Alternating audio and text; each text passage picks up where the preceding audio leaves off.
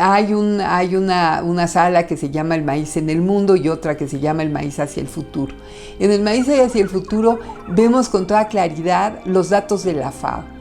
¿Qué nos dicen los datos de la FAO? Nos dicen que la agricultura industrial tiene 70% de las mejores tierras del mundo y produce 30% de los alimentos. Y que en el restante, digamos, espacio para generar comida, que son ese 30%, es producción de agricultura familiar. 2014 fue el año de la agricultura familiar y justamente lo que la FAO quiso hacer es que volteáramos los ojos a esa agricultura de pequeña escala que se da en las condiciones más difíciles. Si pensamos en la geografía de México y vemos estas laderas sembradas, que es asombroso, o sea, a veces uno dice cómo mantienen el equilibrio en una pendiente de esa naturaleza, y ahí están sembrando. O nos vamos a la península de Yucatán y vemos cómo entre las piedras empiezan a hacer pequeñas milpas, ¿no? En cada espacio que en suelos calizos dificilísimos, ahí se está sembrando. Y así, por el orden, en el mundo entero, ¿no? Las terrazas en los países de Oriente, o sea, China, etcétera, ¿no? Ese terraceo impresionante que nos asombra es este aprovechamiento al máximo, no solo de la tierra, sino también del sistema de regadío y demás, ¿no? Entonces, en cuanto a la milpa, sí, un agricultor de Sinaloa va a decir, pues si yo recojo 12 toneladas, ¿qué son sus 2,5 toneladas? Lo que no cuenta ese productor son varias cosas. Una, las lesiones que está provocando al medio ambiente. Es decir, la agricultura industrial es la más depredadora, ¿no? Contamina los mantos freáticos, contamina ríos, mares. Hay zonas muertas en el Golfo de México por todos los agrotóxicos que bajan por el río Mississippi, ¿no? Y por otro lado, la erosión de los suelos, que ya nos tiene preocupados en el mundo entero. Se han perdido suelos alarmantemente y se debe a la agricultura industrial. Esta otra agricultura no tiene esos problemas. Y regreso, es costo. O sea, este impacto al medio ambiente es costo, nos está llevando al cambio climático. Y eso, para los muy pragmáticos, tiene un precio en pesos y centavos. La agricultura de pequeña escala es absolutamente sustentable, tiene una racionalidad totalmente distinta. Y en el caso de la milpa no hay que contabilizar solo las toneladas de maíz que tú estás recogiendo.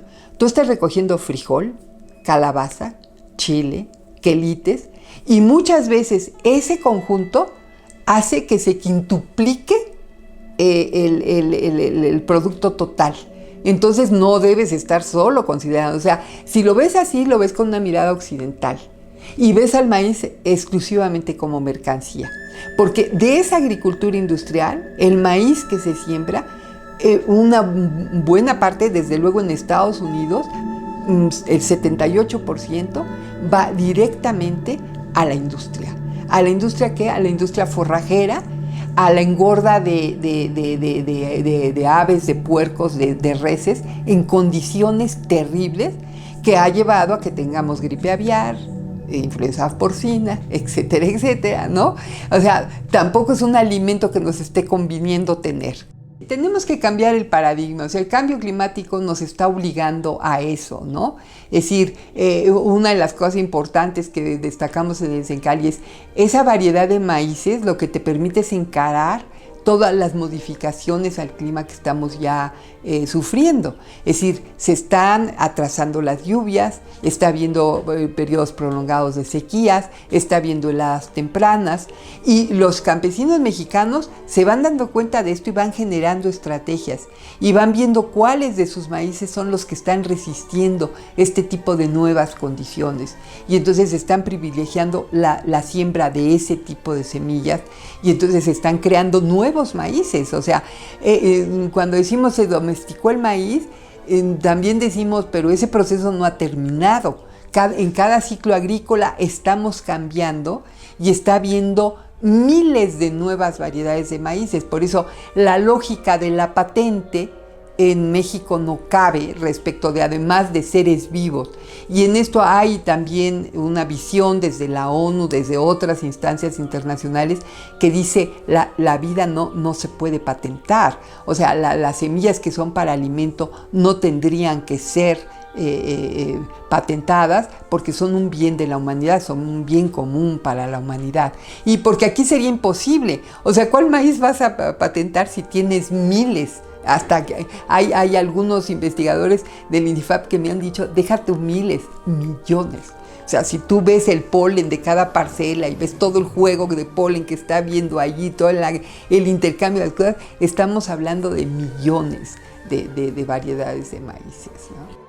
La milpa no erosiona, sobre todo si tienes ciertos cuidados, porque a veces sí, tú para sembrar una milpa metes un arado, y entonces a lo mejor la rotulación del suelo es un poquito más agresiva. Pero en otros lugares, por ejemplo, hay comunidades en el sur de Sinaloa que siembran todavía con la coa. Es decir, que siembran con el palo plantador. A lo mejor le ponen una punta metálica, ya no es solo el huicli de madera, pero igualmente es apenas agresiva, ¿no? Y además no hay tanta pérdida de suelos porque al ser un policultivo, unas plantas a otras intercambian nutrientes y entonces no se agotan los minerales. Y luego toda la vida que hay en los suelos que a veces se nos olvida, ¿no? Que es un mundo, es un universo de pequeñas especies que dan micronutrientes que también forman parte de la alimentación y que esos no están ya presentes en la agricultura industrial, porque la agricultura industrial ha matado toda esa vida para lograr cultivos a base de fertilizantes artificiales, ¿no? Entonces son suelos que a veces ya están totalmente agotados y que solo viven a base de estarle pidiendo a la tierra lo que ya no puede dar a base de fertilizantes. Y luego el uso de los herbicidas, ¿no? Ahorita estamos viendo como México, por suerte, se está ya oponiendo al uso del glifosato, por las consecuencias a la salud tan tremendas que tiene, ¿no? Pues es un cancerígeno, ya está esto reconocido incluso por la Organización Mundial de la Salud, y además mata las hierbas, cuando las hierbas para nosotros son quelites, que son plantas comestibles de un nivel nutricional fantástico, pero además que hacen que el plato de la milpa varíe. Además, el crecimiento de la producción orgánica va hacia arriba, ¿no? Y hay un ingreso en divisas, inclusive, para aquellos que estén pensando en que lo importante es vender hacia afuera y tener divisas, también estas formas de cultivo las pueden allegar, ¿no?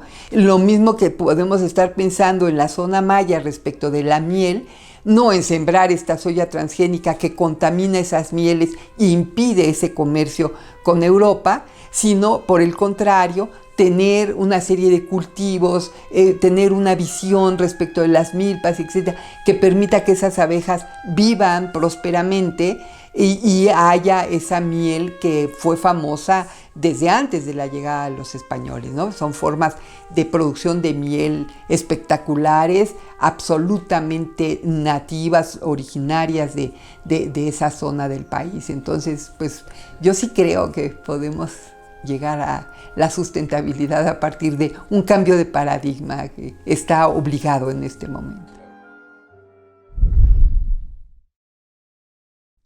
Gobierno de México.